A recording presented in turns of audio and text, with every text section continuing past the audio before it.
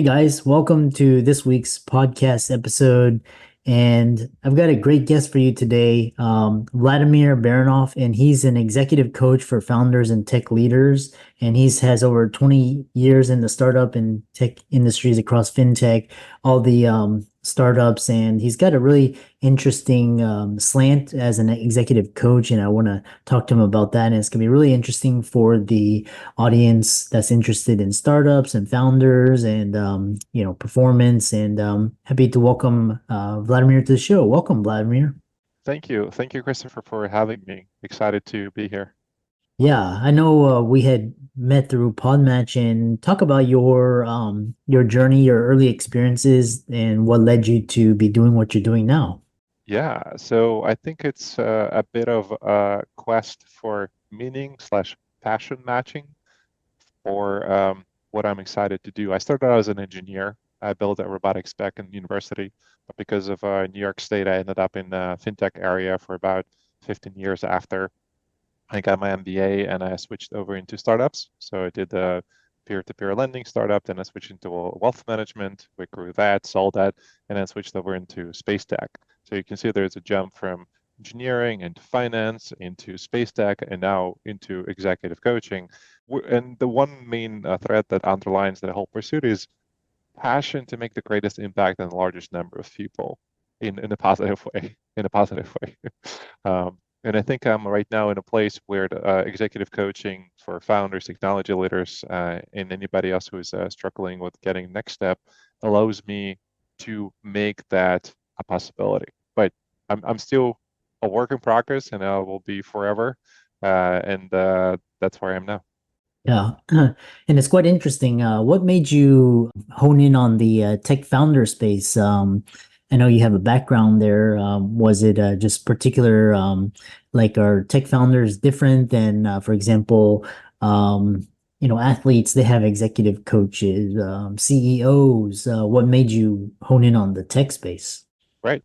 So I think if, as you correctly pointed out, because of my experience growing through the technology hierarchy, through the technology responsibilities, I was able to identify unique challenges that technology leaders are facing.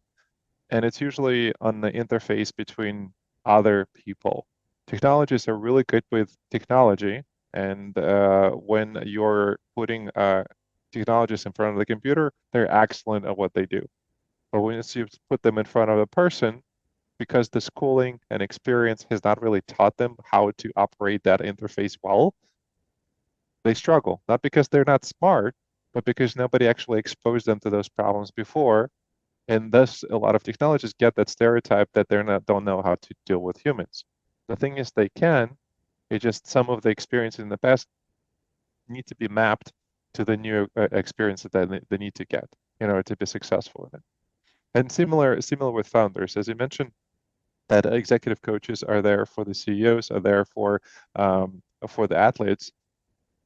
Coaches are more like guides or hand-holding professionals that take you to the place where you haven't been before and assist you with frameworks of how to think about those destinations and map out those destinations, usually through analogies or through really good questions in order to help you transform from the person who you are into the person who you want to be. Yeah.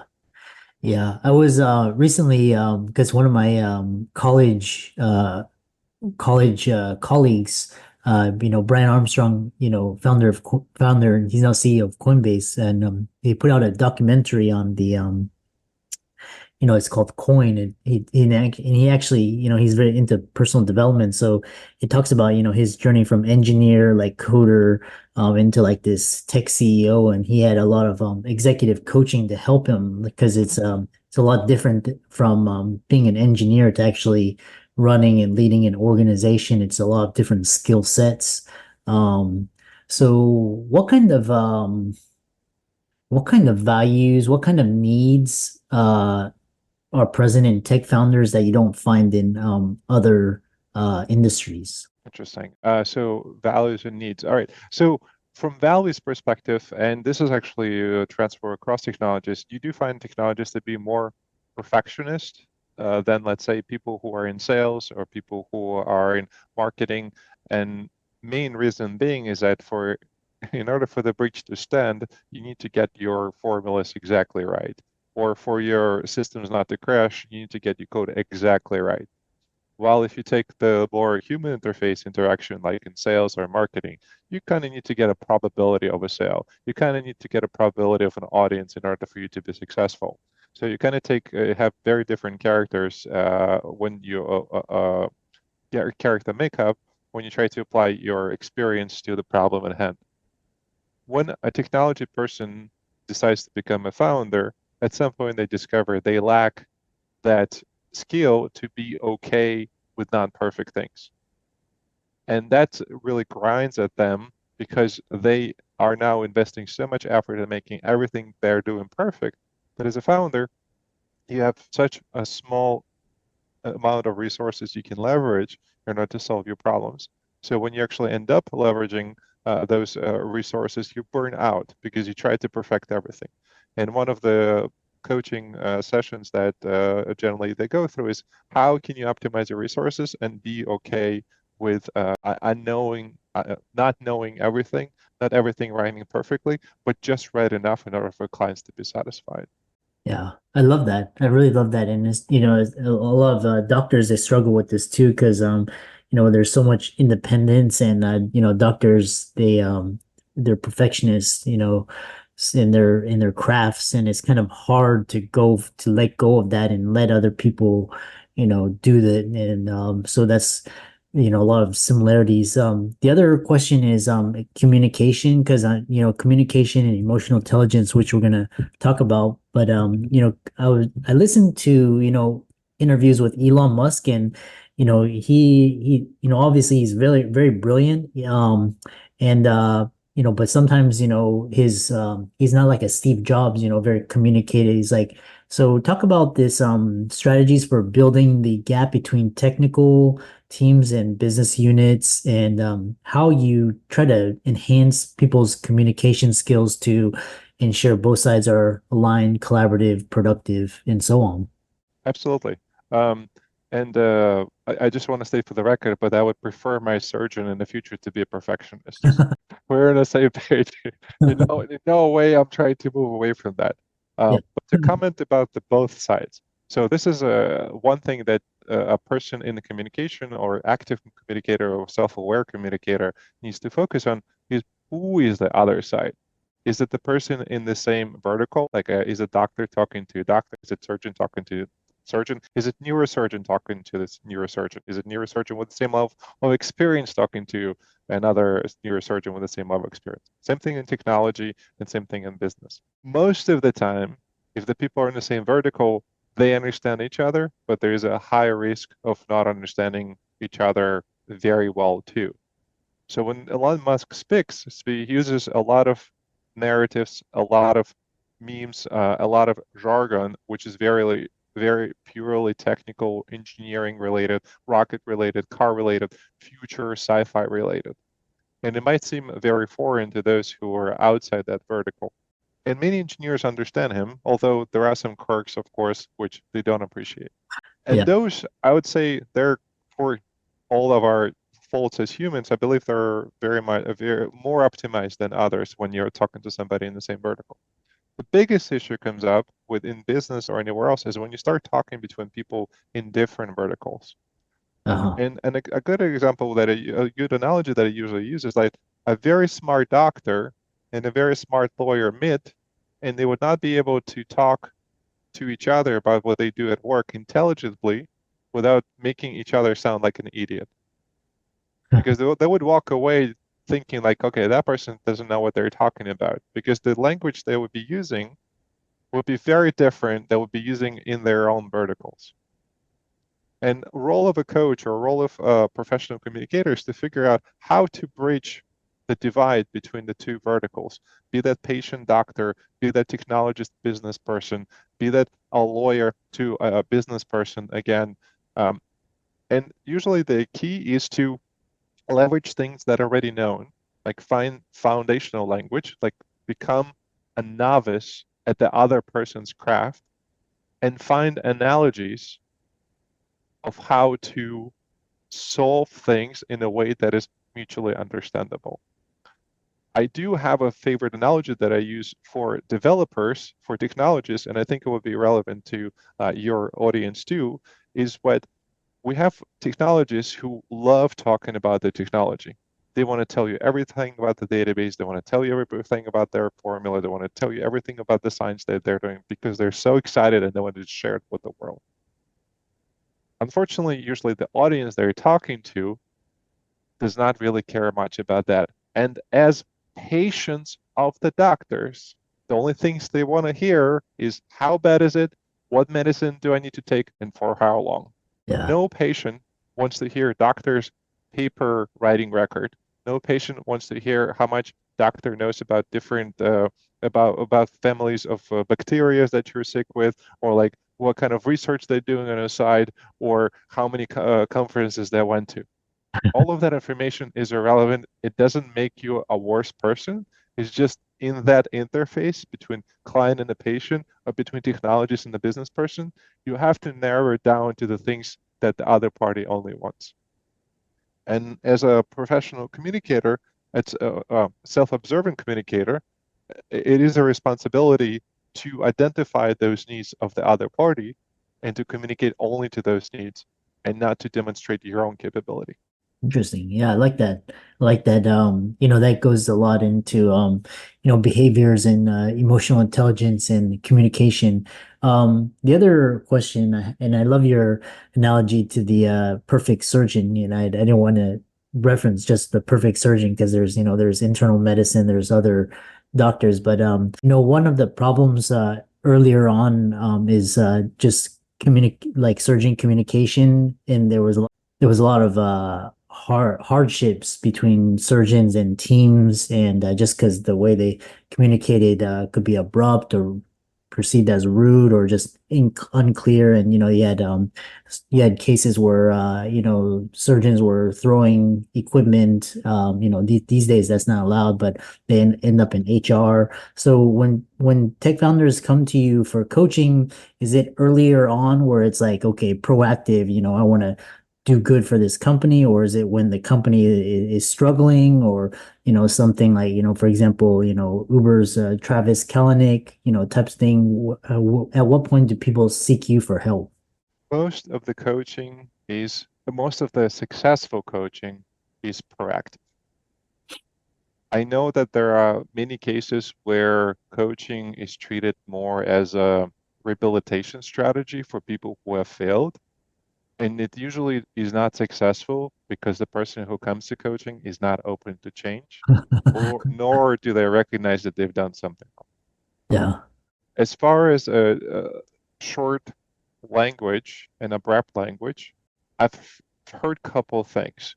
One, in medical and and in aviation, at some point there was a problem with hierarchy, where the head doctor always was right, and unfortunately the errors were on the sky, were rising because they were not listening to somebody in their junior staff who might have actually had a good suggestion. And I believe those things have changed, and the industry is moving in the right direction. But I don't see personally anything wrong in a critical risk situation where people resort to communicating in much shorter words in order Oh, to communicate things that they need to in order to get the job done. We also observe that kind of behavior in military environment, in the high risk critical environment during war, where soldiers' sentence really, really shortened to the most only important syllables and the only important words to communicate the most, so they can go and do the thing that they needed to do. I have seen in the past that those kind of behaviors, and let's say if they're unexpected, usually could be preempted by providing training to the people who receive that communication, that there is no emotion behind it that is directed towards you. It's just more that you're in the trenches now, and this is communication happens. And if you add any more additional communication, then you create a higher risk for the operation, for the procedure, for the process to be not successful, because that iota of attention, which is dedicated towards making communication more smoother or more eloquent, is now not dedicated towards making the procedure more successful. yeah. Yeah, it's quite, I like how you alluded to, high risk, high pressure situations, the communication has to be very lean, very clear, concise. And then also providing this environment of psychological safety where people can speak up, because lives are on the line, money's on the line, companies on the line, investors. Talk about the role of emotional intelligence and tech leadership and the importance of it. How do you incorporate this into coaching, mentoring? Can you give examples that where your coaching made a difference? Right. I think one of the examples is when you have meetings with clients or you have meetings with investors, and generally CEOs are not welcoming technology representatives there, mainly because technologists tell the truth. Mhm. And it doesn't mean that the CEO is lying, is that the expectation of that forum is that the statements to be made are more of a future, ones which are more talking about the future. These are the things that we are working on, and these are the problems that we have identified that we're solving. Mhm. In engineering, if you're not aware emotionally of that construct of that meeting, you're more likely to resort to answers like, no, that's not possible. We're not going to build it. We need more staff, which are not the kind of answers are expected at the table when clients are there and investors are there. Mhm. Mhm. So you have to be aware, one, of what the expectations of the meetings are, and can you read the room by looking at your partners, at your CEO, at other executives, of how they expect you to communicate in the meeting. And the meeting is not about truth seeking necessarily. It's more about exchanging of opinions and forward-looking statements. Another thing that I worked with some of my clients on is awareness of body language, awareness of facial expressions.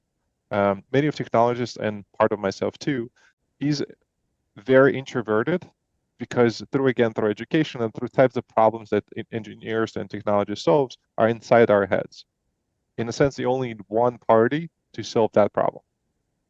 And you get to practice to solve those problems a lot, and you don't have to look in the mirror and look at other people. Mhm. Many other problems, including communication problems and definition problems and project management problems, you have to interact with other people who are sending you more signals than just verbal data when they communicate with you. You have to be aware of their body expressions and their facial expressions and their tone of voice in order to understand what is the full meaning of the conversation. And I have to work with them to understand that there are many different colors of how that information can be presented, and the party on the other side also may not be certain about how the information is landing on you. So the reverse communication also has to have many layers of the body gesture, facial expressions, and tone of voice in order for both of you to negotiate and to arrive at the thing which you're actually talking about. So I would say something along those lines. Interesting. Kind of a follow-up question, and before we conclude is, what you're talking about, these, the day-to-day interactions, communication, emotional leadership, these are kind of the, how you, get through, and there's also finding purpose and growth and, can explore your view on, personal development, purpose in this fast-paced tech environment, and what part of your coaching encompasses guiding clients to discover what they're truly good at and kind of the bigger, broader mission, like kind of the values-based, like the big picture type coaching. Yeah, that's a great question. What I generally offer is an exercise. And in our busy, fast-paced world, I feel like our horizons are a little too short. We we kind of go for what people around us are getting, and maybe for like plus X plus 30% more, plus 50, doing and getting 30% more, 50% more. We're comparing ourselves to them and we're saying like, hey, I want to do that. That's my purpose. I generally challenge my clients to think way out, 5 minutes before you die. You're on your rocking chair and you have only memories of the past. What are those memories? Can we optimize right now your career, your life path to that, and not to the short-term horizon? Can we land in the place where you want to end up versus what is the next step in the next 2, 3 years to match the Johnsons or whoever is your neighbor right now? Yeah. Yeah, I love that. And it's very similar to a technique someone taught me is, write your own obituary. And I don't know, Yeah, it sounds kind of gruesome, but it actually works because then you kind of basically work backwards to what you want to be yeah, known for. And yeah, and yeah. I think it's I think both exercises work. I generally prefer my way better because you're doing it for you. yeah. Well, that beat your way, I think it's for the world of what kind of record you want to leave after you're gone. So I think both are appropriate, but I think you have to optimize for the first, and then the rest of it will follow too. Yeah. Yeah, you also brought up a good point is like when kind of like in the day to day, it seems like, this is like a problem that can like end you. But then if you zoom out and you look at like 10 years ago when you were in that same thing and where you are now, you're still continue to grow as long as you on the course and taking right action, then really fascinating. How can people, the founders that are listening to this, they want to reach out to you for coaching or find out more about your work, follow your socials. How can they do that? Great question. Great question, Chris. So I have a website. It's named humaninterfaces.co. And for listeners of this podcast, I also allocated a special link /doctors. So if you do humaninterfaces.co/doctors, you'll be given a free complimentary session to do some coaching with me, whether you're a founder or looking to explore more things about your purpose. Yeah, and I love that. And for all the audience, let's thank Vladimir for coming on, and even the top guys, Tiger Woods, Michael Jordan, the head coaches, to see things that they can't see. And be sure to give his socials a like and follow. Check out his resources, reach out to him. And thanks so much for coming on. Absolutely, Chris. It's been a great pleasure.